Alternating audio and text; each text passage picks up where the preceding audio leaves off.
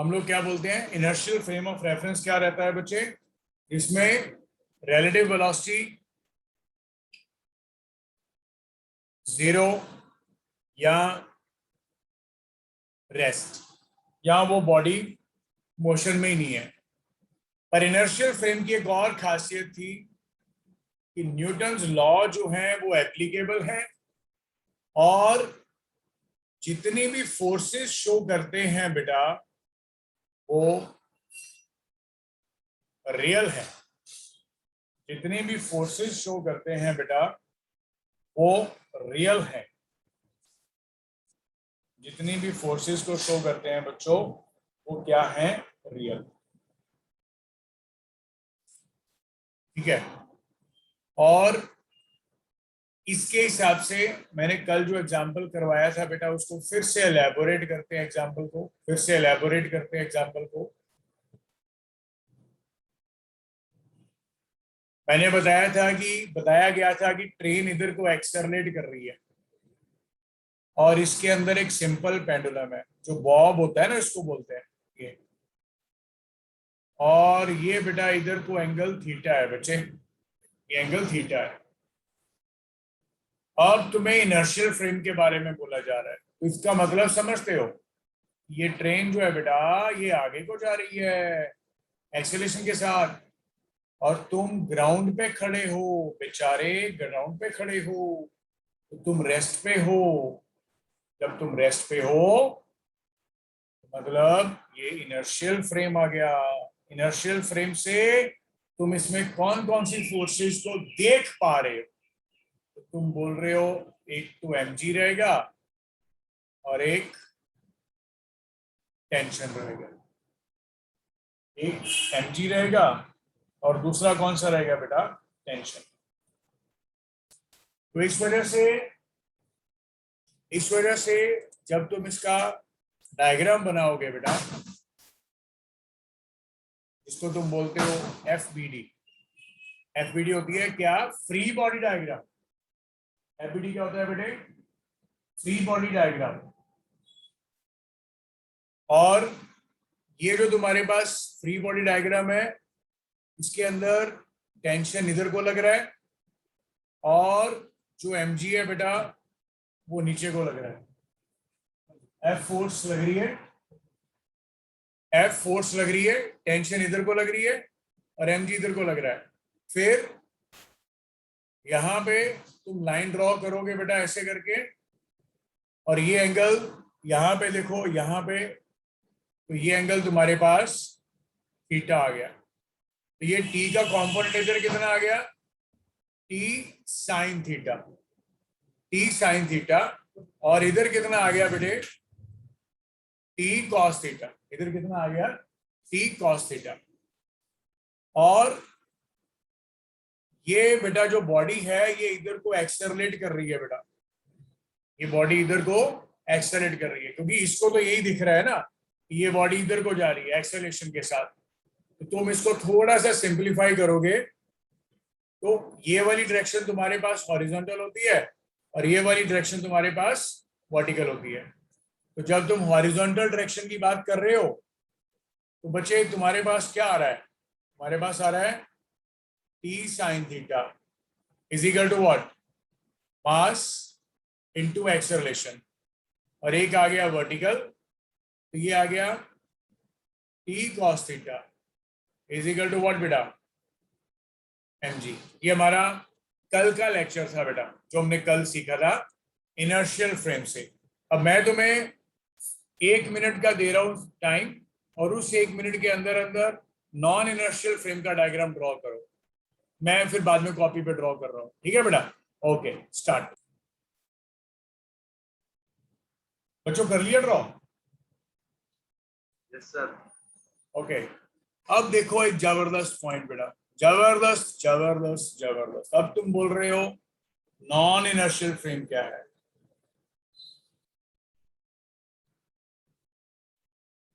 मैंने तुम्हें पहले बोला था नॉन इनर्शियल फ्रेम का बारे में, क्या होता है नॉन इनर्शियल फ्रेम, इसको हम लोग एक्सेलरेटेड फ्रेम ऑफ रेफरेंस भी बोलते हैं। फ्रेम ऑफ रेफरेंस का मतलब जहां से ऑब्जर्वेशन करते हैं। फ्रेम ऑफ रेफरेंस का मतलब क्या होता है बेटे? जहां से ऑब्जर्वेशन करते हैं। और नॉन इनर्शियल में हम लोग रियल फोर्सेस और सूडो फोर्स शो करते हैं। सूडो के बारे में सभी को पता है, फॉल्स का मतलब होता है, सूडो का मतलब फॉल्स होता है। और जब तुम बोल रहे हो कि ये सूडो फोर्स है, तो मैंने तुम्हें सूडो फोर्स के बारे में एक चीज बताई थी। सूडो फोर्स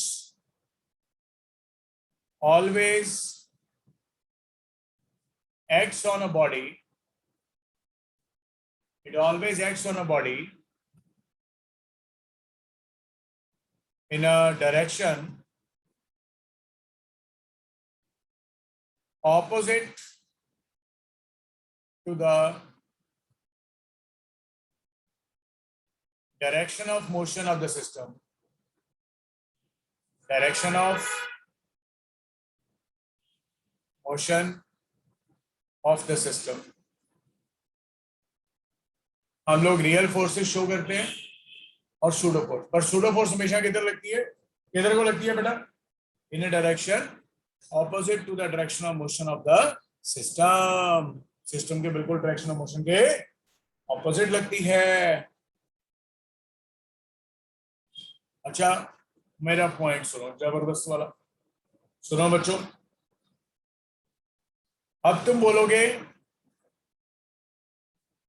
कि थोड़ा सा रिव्यू वाला पॉइंट है, बिकॉज आप लोगों ने ये फर्स्ट टाइम सुना होता है, इसलिए मैं दोबारा से आपको कल वाला पॉइंट ये रिपीट कर रहा हूं।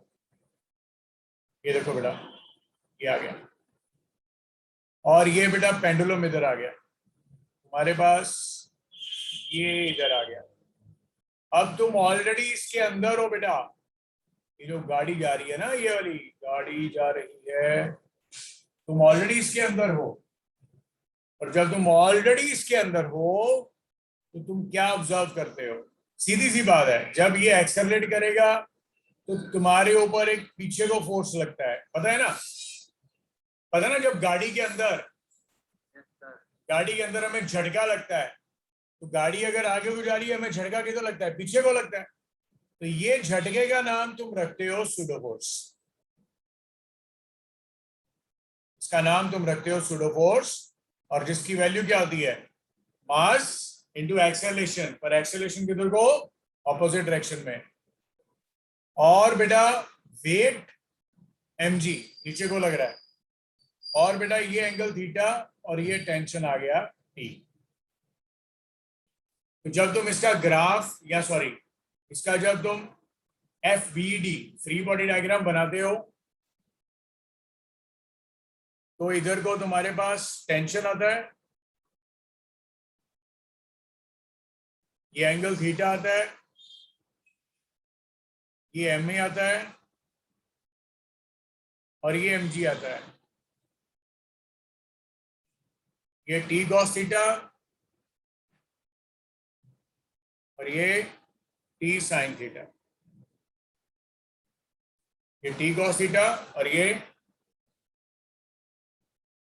t sin theta.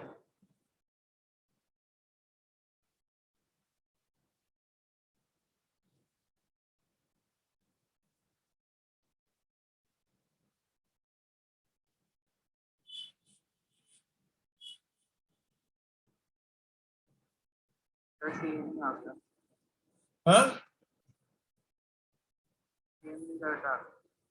क्या बोल रहे हो बेटा? यस यस यस बच्चे, सेम रिजल्ट आएगा। मैंने कल भी बताया था कि रिजल्ट इसमें सेम ही आएगा। हॉरिजॉन्टल आ गया बेटा, और ये वर्टिकल आ गया बेटे। हॉरिजॉन्टल में तुम देख पा रहे हो t sin theta right side पे है यहाँ पे डायग्राम में, और ये MA के बराबर है। और वर्टिकल में बेटे ये t cos थीटा है, और ये mg के बराबर है। फिर से इसको डिवाइड कर दोगे बेटा, तुम्हारे पास tan थीटा का वैल्यू a/g आ जाएगा। Simple, same result. तो जो हमने कल किया था।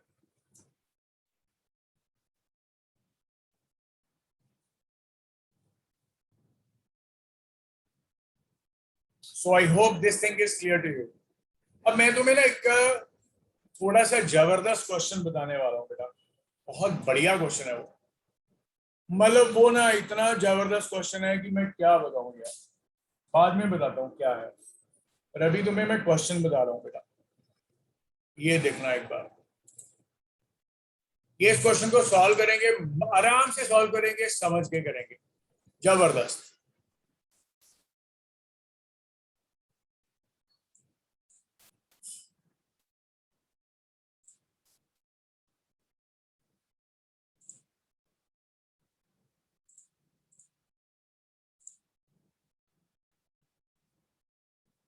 देखो ये क्वेश्चन रहा तुम्हारी स्क्रीन के ऊपर, 10 करोड़ का क्वेश्चन सॉल्व होते बेटा 10 करोड़ रुपया मेरे अकाउंट में ट्रांसफर कर देना।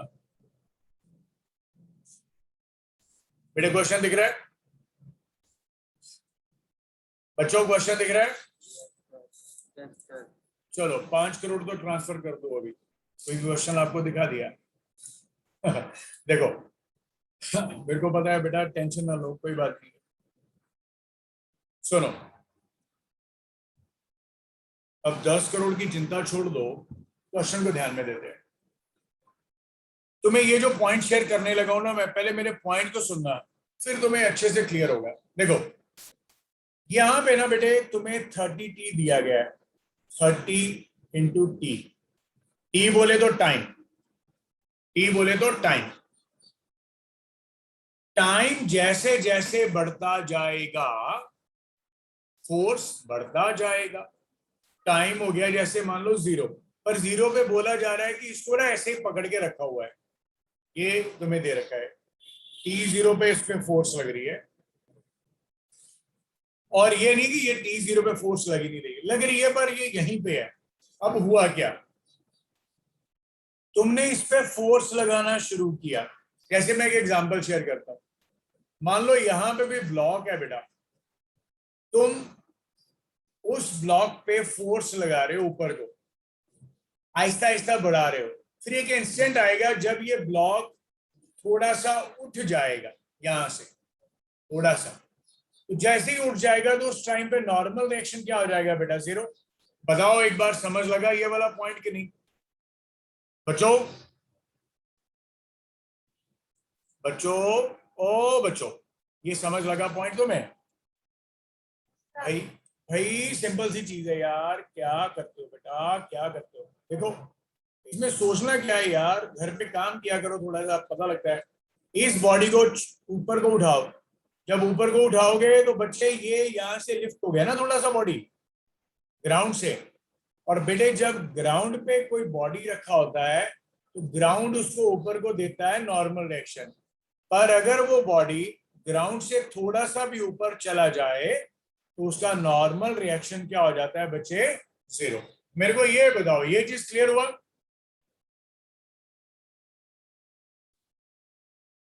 बच्चों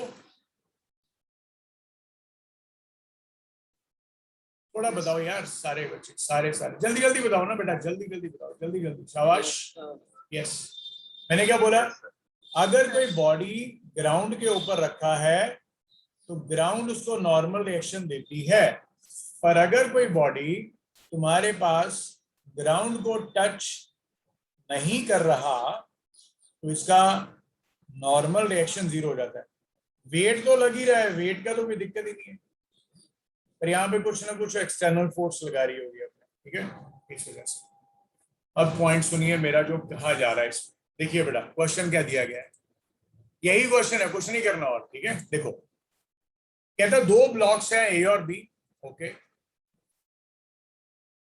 ए और बी 2 ब्लॉक्स हैं, इंग्लिश में लिखा हुआ है,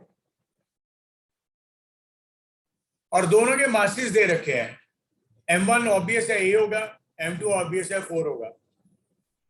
m1 m2 बेसिकली कौन है, ए और बी करके। ए जो है वो 4 kg है और बी जो है वो तुम्हारे पास 1, sorry m1 is a is 1 kg और m2 इज दिस।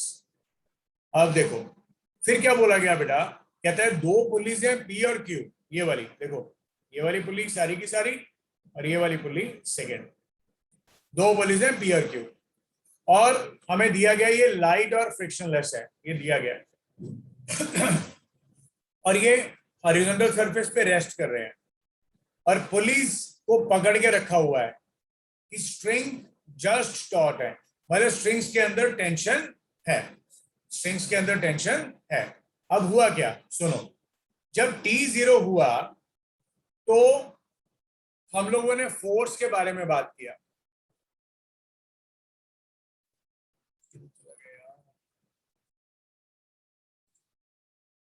एक मिनट बिठाइए,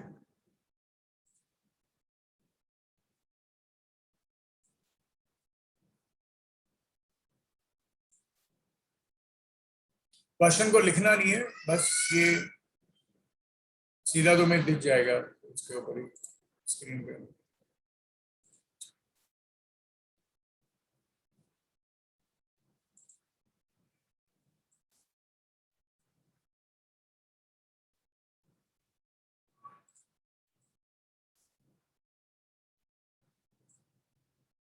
ओके, तो ये क्वेश्चन है, वो पहले थोड़ा जादू हो गया था बेटा नेटवर्क इशू के कारण, तो अभी हम लोग समझ सकते हैं।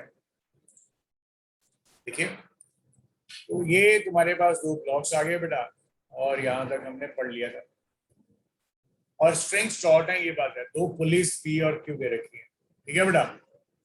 और हमें बोला गया कि उसको हमने अपवर्ड फोर्स लगाई, तो पहले सबसे बोला गया टाइम बताओ ए और बी का जब वो अपना कांटेक्ट लूज कर देंगे। पहला क्वेश्चन, हम स्टेप बाय स्टेप सारे क्वेश्चन को सॉल्व करेंगे, ठीक है, स्टेप बाय स्टेप। पहला क्वेश्चन सॉल्व करते हैं। क्वेश्चन कहता है कि जब ये अपना कांटेक्ट लूज कर देंगे, लूज कांटेक्ट का मतलब समझो कि नॉर्मल रिएक्शन जीरो हो जाए, जस्ट जीरो हो जाए। तो बच्चों ध्यान से सुनो इस चीज को, देखो मेरे साथ साथ डायग्राम ड्रॉ करना बेटा, बच्चे मेरे साथ साथ डायग्राम ड्रॉ करना।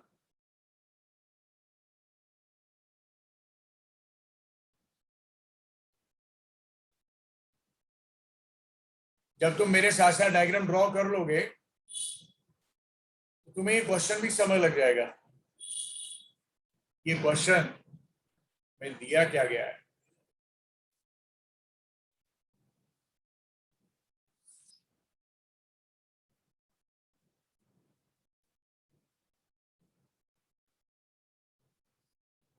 ये देखो बेटा, ये दिया गया है। अब तुम आहिस्ता आहिस्ता इस डायग्राम को समझो कि जब तुम फोर्स लगा रहे हो तो ऑब्वियस ही बात है बेटे, मैंने तुम्हें बताया था स्ट्रिंग के अंदर हमेशा क्या आ जाता है बेटे, टेंशन। अब ये जबरदस्त चीज है, ये देखना एक बार, ये देखो, यहां से तुमने थ्रेड शुरू किया, ये थ्रेड यहां से जाता हुआ इस पुली को क्रॉस करता हुआ, और ये थ्रेड यहां से पास करता हुआ, ये थ्रेड यहां पे आ गया। तो ये सारे का सारा थ्रेड एक ही है बेटा, तो इस थ्रेड में टेंशन एक ही रहता है। तो मैंने दो एरोज आपके बारे में आपको बताया था पहले, दो एरोज क्यों ड्रॉ करते हैं। यहाँ पे भी टेंशन टी आएगा बेटे, और यहाँ पे भी टेंशन टी आएगा। अब पॉइंट सुनो, यहाँ पे बेटा पॉइंट सुनो, यहां से लेके यहां तक ये देखो, ये और ये टेंशन तुम्हारे पास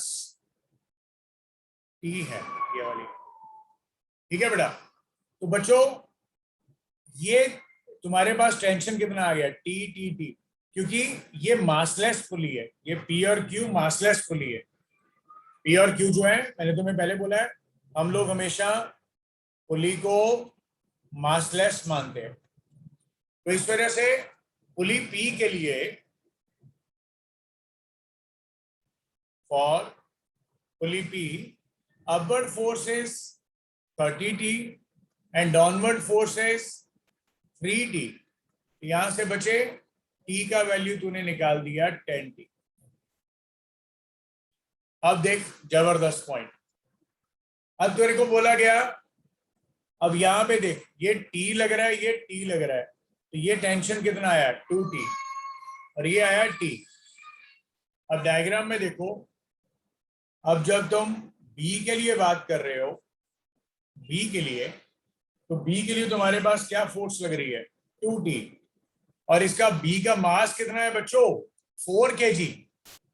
मैंने बोला ना, 1 जो है वो ए है और 2 जो है वो बी है, अंडरस्टूड ये। तो 2T का वैल्यू तुम्हारे पास कितना आ गया बेटा, 40, टी आ गया तुम्हारे पास 40 न्यूटन।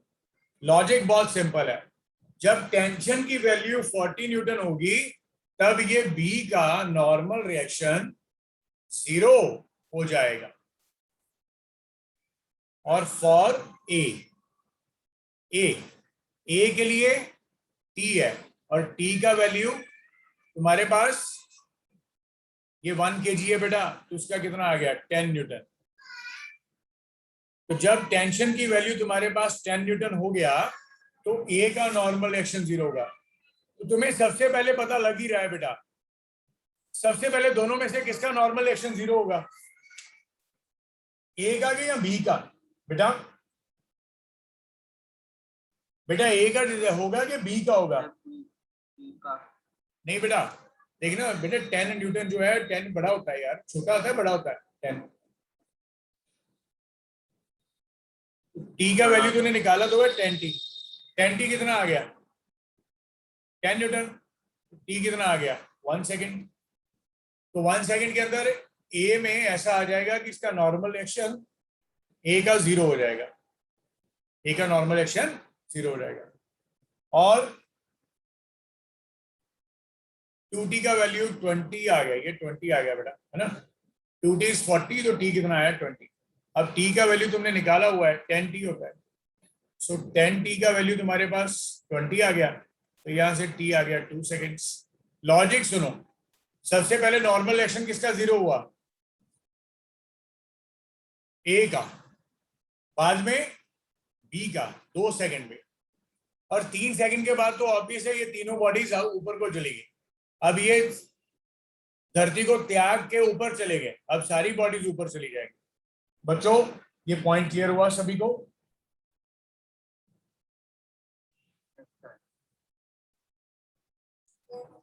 सो पहला पॉइंट का आंसर आ गया बेटा, जब टाइम 1 सेकेंड है तो normal reaction for A will become 0, एंड जब टाइम 2 सेकेंड होगा तो normal reaction for B will be 0।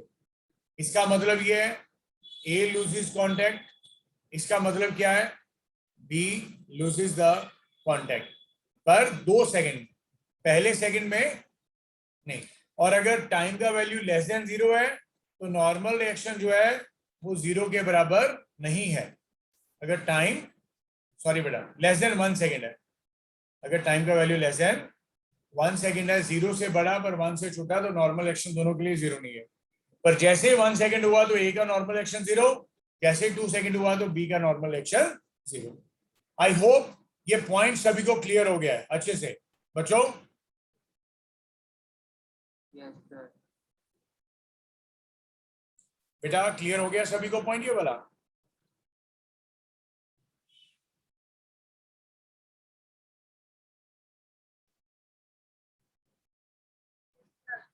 Okay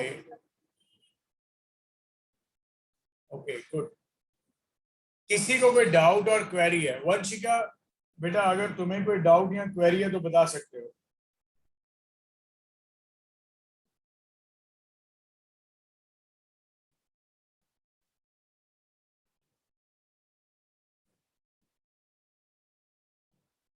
बेटा कोई डाउट या क्वेरी है तो बता सकते हो बच्चे।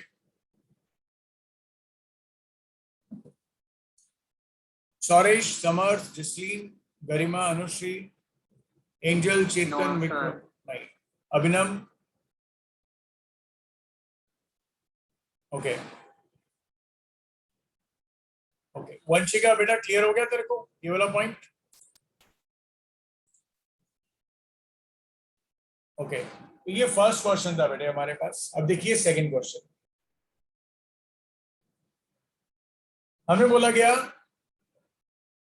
गया ए का वेलोसिटी बताइए, ए का वेलोसिटी बताइए जब ए का वेलोसिटी बताइए जब बी ने कांटेक्ट लूज किया। तो बच्चों बहुत सिंपल चीज है यार, बहुत सिंपल चीज है। पता क्या, क्योंकि बी ने कब कांटेक्ट लूज करना है, 2 सेकंड में करना है, पर 1 सेकंड के बाद, मतलब हम ये बोल सकते हैं B will lose its contact, B will lose its contact at t is equal to 2 seconds. So इस वजह से यहां पे हियर हम ए का मोशन स्टडी करेंगे जिसका वैल्यू टाइम के लिए 1 से बड़ा और 2 से छोटा होगा। इज इट क्लियर बच्चों?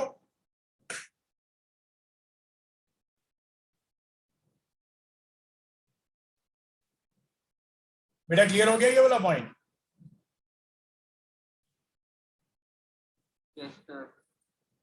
मतलब 1 से बड़ा और 2 से छोटा, क्योंकि जब 2 सेकंड हुए तो बेटा बी ने अपना कांटेक्ट लूज कर दिया क्वेश्चन के हिसाब से। तो बोला गया बताओ इसका वेलोसिटी कितना है। तो बेटे हमें ए का वेलोसिटी ढूंढना है। अब मेरा पॉइंट सुनो, मैं तुम्हें यहां पे डायग्राम के साथ बता रहा हूं। ए के साथ, ए जो था पहले बेटे ये ग्राउंड पे था, 0 से लेके 1 सेकंड तक ये ग्राउंड पे था, और यहां पे बी जो है वो भी ग्राउंड पे ही है। यहां पे बी जो है वो भी ग्राउंड पे है, पर जैसे ही 1 सेकंड से टाइम बढ़ा ए ने कांटेक्ट लूज किया और ए कुछ यहां तक पहुंच गया, यहां तक। और जैसे ही 2 सेकंड हुए, क्योंकि यहां से इसने मोशन शुरू कर दिया, तो बी ने अपना कांटेक्ट लूज कर दिया। समझ गया मेरा पॉइंट? बी ने अपना कांटेक्ट लूज कर दिया। अब तुम्हें इसका वैल्यू निकालना है, इसका वेलोसिटी का वैल्यू क्या आएगा। तो कैसे निकालोगे इसको बताओगे एक बार? देखो इसके ऊपर जो तुम्हारे पास फोर्स लग रही है बेटे, इसके ऊपर कितनी लग रही है? टी माइनस इसका मास कितना है तुम्हारे पास? 1, जी 10 है, तो t minus 10 is equal to 1 a being the acceleration. और तुम्हें ये भी पता है बेटा, तुम्हें ये भी पता है कि तुमने अभी 3t का नाम 30t लिखा था, और यहां से t का वैल्यू तुमने लिख दिया था 10t है। तुम क्या कर रहे हो, तुम यहां पे वैल्यू पुट कर रहे हो 10t minus 10 is equal to acceleration. यहां से 10 कॉमन आ जाएगा और ये t माइनस 1 एक्सेलरेशन आ जाएगा। और एक्सेलरेशन क्या होती है बेटा? dv by dt। एक्सेलरेशन क्या होती है बेटे? dv by dt। बच्चों ये पॉइंट क्लियर हुआ सभी को? Yes sir. बेटा किसी को कोई पॉइंट में अगर डाउट या क्वेरी है तो बता सकता है बच्चे। किसी को कोई doubt, anything you want to ask? बेटा बताना आपका फर्ज है, पूछना आपका फर्ज है, उसको डिटेल में समझाना हमारा फर्ज है, पर पूछना आपको पड़ेगा। तो डीवी का वैल्यू आया, फिर तुम क्या करोगे इसके ऊपर? इंटीग्रेट करोगे। जब तुम बोलोगे सर इंटीग्रेट किया तो क्या आया? डीवी आया, यहाँ पे 10 आ गया, यहाँ पे t माइनस 1 dt आया। अब देखो जब t तुम्हारे पास 1 सेकंड था तो वेलोसिटी क्या थी? एक ही 0। जब टाइम 2 सेकंड हुआ तो इसकी वेलोसिटी का नाम तुम ba रख लो। अब ये तो इंटीग्रेशन तुम्हें काफी बार कराई हुई है। ये 0 से va, ये 10 आ गया, ये t स्क्वायर बाई 2, 1 से 2, और ये माइनस t। बेटा इंटीग्रेशन काफी बार कराई है आप लोगों को, अगर नहीं समझ लगे तो बता देना ये चीज। फिर upper limit minus lower limit बेटे ये आ गया, ये 10 आ गया, टी स्क्वायर 4। अब भाई कैलकुलेशन करके बता दो यार क्या रिजल्ट आता है इसका। कितना रिजल्ट आया बच्चों?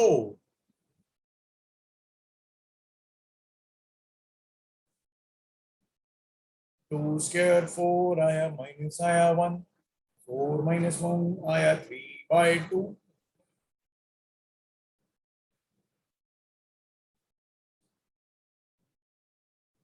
कितना आ रहा है बच्चों ये रिजल्ट? भाई 2 स्क्वायर आ गया ना यार, 3/2 आ गया ना ये। 3/2 माइनस 1 तो कितना आ गया बेटा ये?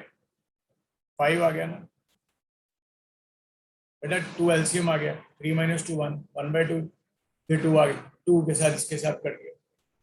10/2 क्या था? 2 1 जार 2 2 5 जार 1 5 जार, बस ज्यादा काटना नहीं है इसको। 5 आंसर आ गया, 5। क्लियर हो गया बच्चों?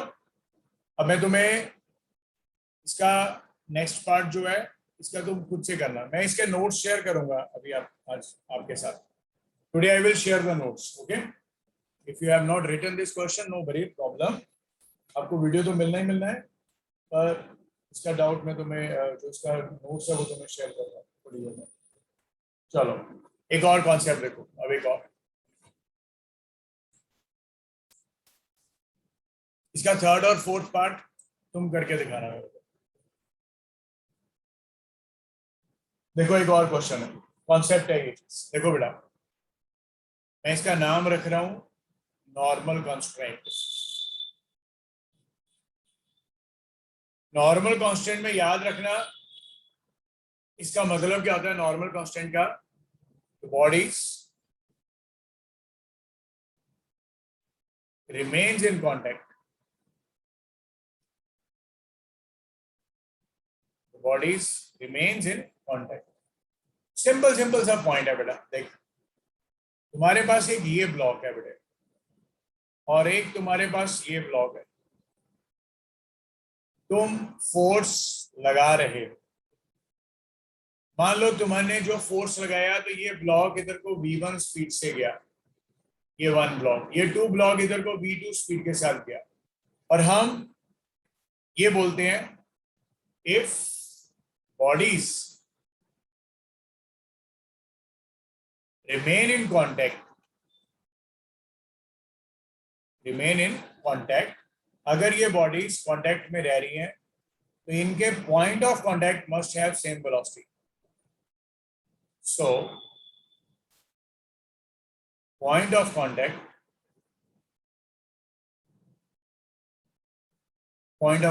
must have the same velocity, उसका वेलोसिटी सेम होना चाहिए। यही हमारा इसका कंडीशन रहता है।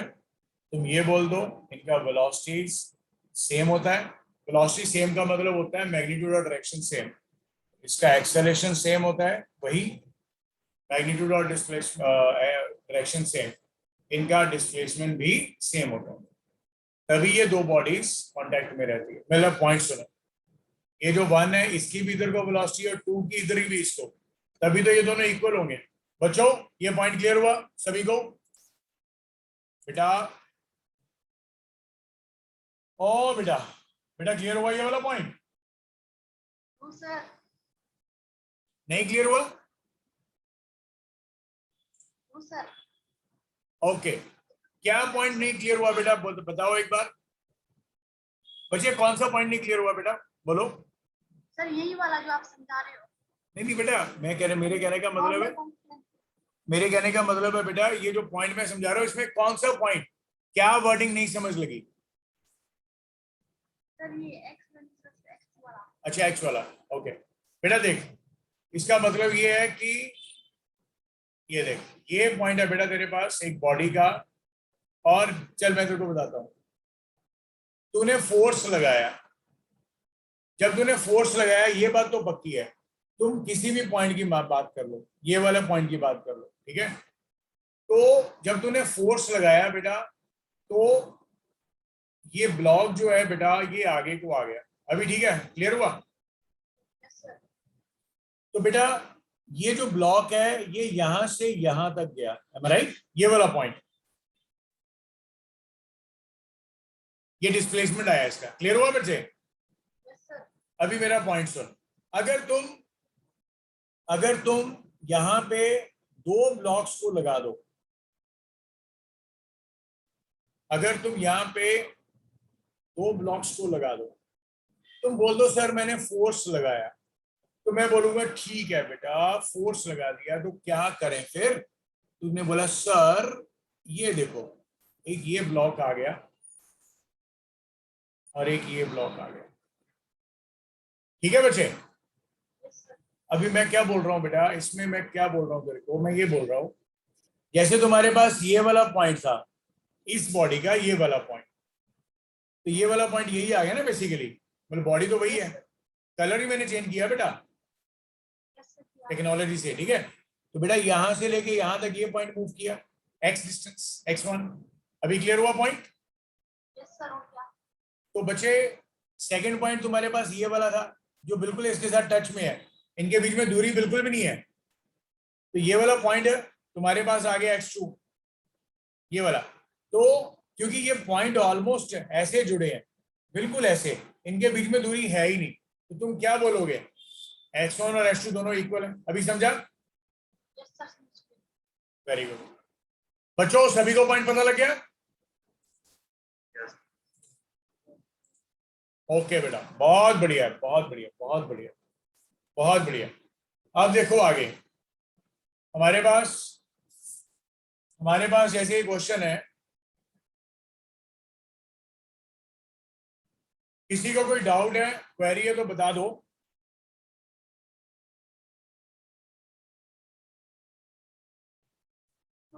नो देखिए, अब मैं तुम्हें क्वेश्चन दे रहा हूं, थोड़ा सा जबरदस्त क्वेश्चन, जबरदस्त जबरदस्त क्वेश्चन।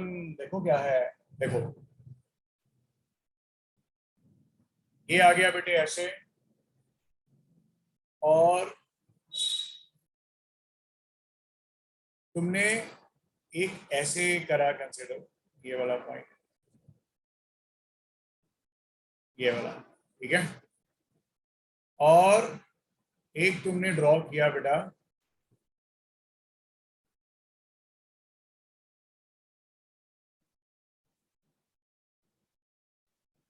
तुम ना मेरे पॉइंट को समझना, मैं क्या चाहता हूं इसमें बोलना। ये आ गया ऐसे, हमें दिया गया है बेटा ऑल सरफेसेस आर स्मूथ। अब सुनो मैं क्या बोल रहा हूं बेटा, देख बहुत सिंपल चीज है, बहुत सिंपल चीज है। अगर चलो मान लो बेटा, मेरा पॉइंट सुनना, बहुत समझना, बहुत सिंपल है यार, कोई डिफिकल्ट नहीं है, तो यही जायज रखना। अगर यहां पे कुछ ना होता तो ये सीधा नीचे को आता बेटा, बता एक बार बेटा, हेलो बच्चों, अगर इसके नीचे यहाँ पे कुछ ना होता तो ये यहां से लगाया तो नीचे को ही आता ना बेटा ये। यार इसमें टेंशन लेने वाली क्या बात है यार, यस सर तो बोल ही सकते हो, बॉडी को ग्राउंड पे रखा, बॉडी नीचे गिरा, क्या यार कर रहे हो। अच्छा सुनो बच्चों, अब यहाँ पे इनका कांटेक्ट है, ये बड़ी जबरदस्त चीज है। अब तुम्हें ये चीज तो सुनना है, समझना है, और हंसना बिल्कुल भी नहीं। मैं हंसना पता क्यों बोलता हूँ? क्योंकि जब बच्चा थोड़ा ध्यान से नहीं सुन रहा होता, सिर्फ हंस रहा होता है, क्योंकि टीचर ने बोला था हंसना का नाम जिंदगी है, तो इसलिए वो कॉन्सेप्ट सीखते वक्त हंसता है। ये देख, ये बेटा जब तू ये लाइन ऐसे ड्रॉ कर रहा है, ये वाली, ध्यान से देख इस लाइन को जो मैं ड्रॉ करने वाला हूं,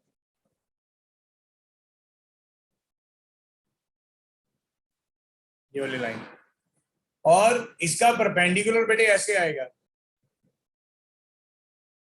ऐसे 90 डिग्री पे, 90 डिग्री पे, मतलब ये आएगा ऐसे। बताओ ये चीज क्लियर हुई? बताओ बेटा। अगर चलो मैं बताता हूँ, एक और बताता हूँ, अगर ये ब्लॉक के ऊपर तुम ये ब्लॉक ऐसे रखते हॉरिजॉन्टल के साथ, और तो यही नॉर्मल होता ना बेटे, और अगर तुम इस ब्लॉक के ऊपर ऐसे करके कोई ब्लॉक रखते हो तो यही नॉर्मल होगा ना बच्चों? बेटा क्लियर हो गया पॉइंट सभी को? अब फाइनली देखो, ये इधर को जाएगा, मान लो ये इधर को गया A1 एक्सेलरेशन के साथ, और ये नीचे को आएगा A2 एक्सेलरेशन के साथ। अब सुनना मेरा पॉइंट जो मैं बोलने वाला हूं, क्यों आएगा मैं बताता हूं। ये नॉर्मल को मैंने ऐसे ड्रॉ कर दिया बेटे, ये नॉर्मल, और अगर तुम इसको एंगल को देखो, ये थीटा है, हॉरिजॉन्टल के साथ ये एंगल थीटा बन रहा है, ये ऐसे आ गया और ये नॉर्मल आ गया ऐसे,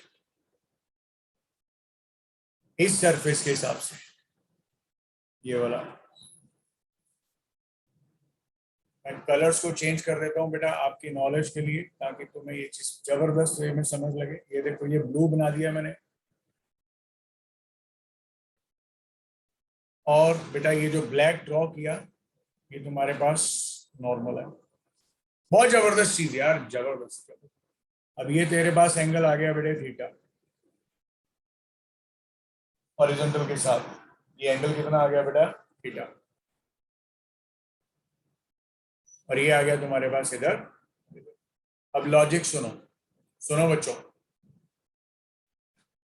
ये एंगल थीटा है तो ये वाला एंगल भी थीटा है।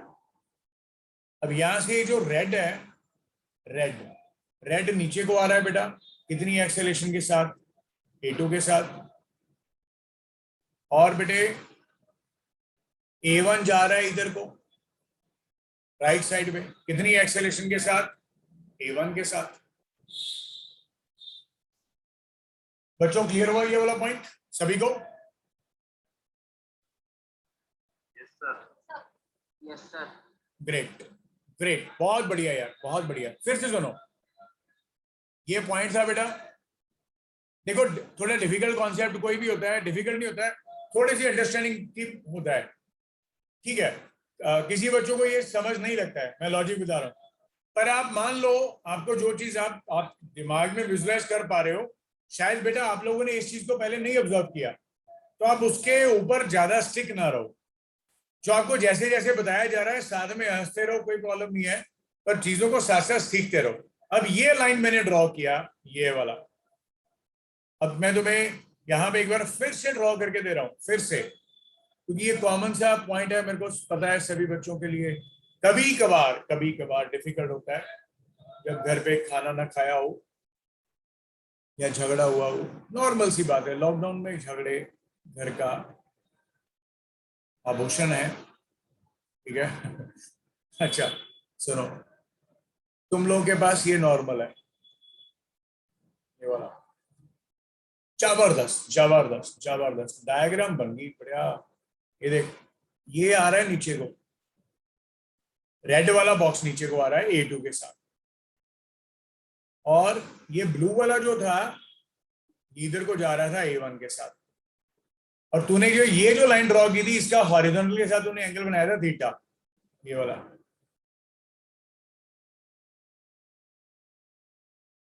अब तो समझ लग गया बच्चों मेरे हिसाब से पॉइंट ये वाला बेटा।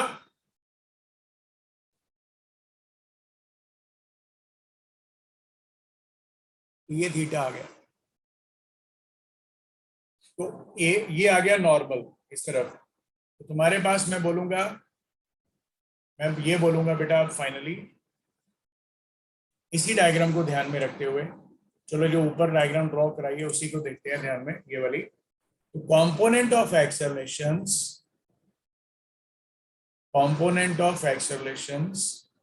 along common normal,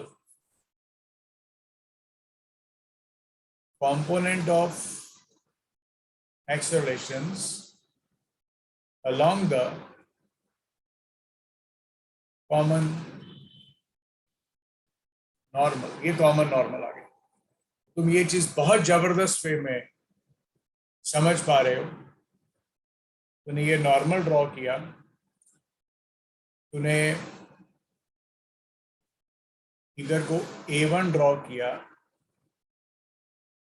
इस एंगल को थीटा लिख के, और बेटा तूने इधर को लाइन ड्रॉ किया, इसका नाम A2 रख के, और ये एंगल थीटा लिख के, A1 का इधर कंपोनेंट कितना आ गया, A1 साइन थीटा बेटे,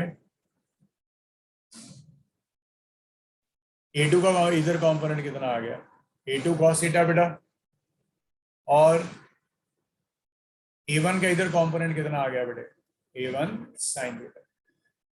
तो हम लोग क्या पता क्या बोलेंगे, हम लोग बोलेंगे as the bodies remains in contact, so acceleration of point of contact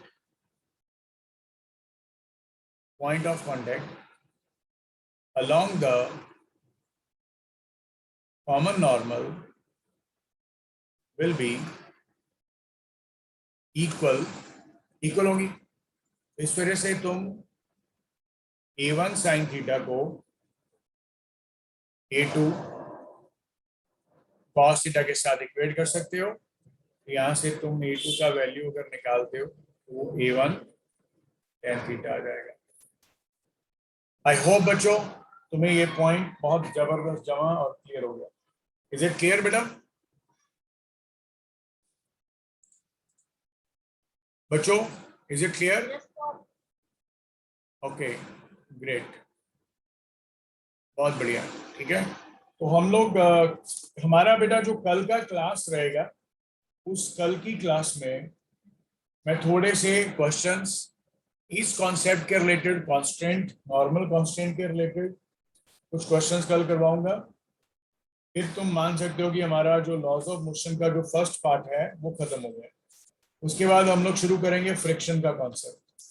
ठीक है, फ्रिक्शन को काफी जबरदस्त डिटेल में करेंगे डिस्कस, फिर फ्रिक्शन और उसके रिलेटिवली जो भी क्वेश्चन रहेंगे। ठीक है, चलो कोई डाउट और क्वेरी है तो बता दो। कल पर यही लगेगा, कल और परसों एक दो दिन लगाएंगे, फिर लॉज ऑफ मोशन, फिर लास्ट में फ्रिक्शन, फिर लॉज ऑफ मोशन आपका खत्म हो गया। पर अभी it will take time, it's not like 2-3 days, but it will take time.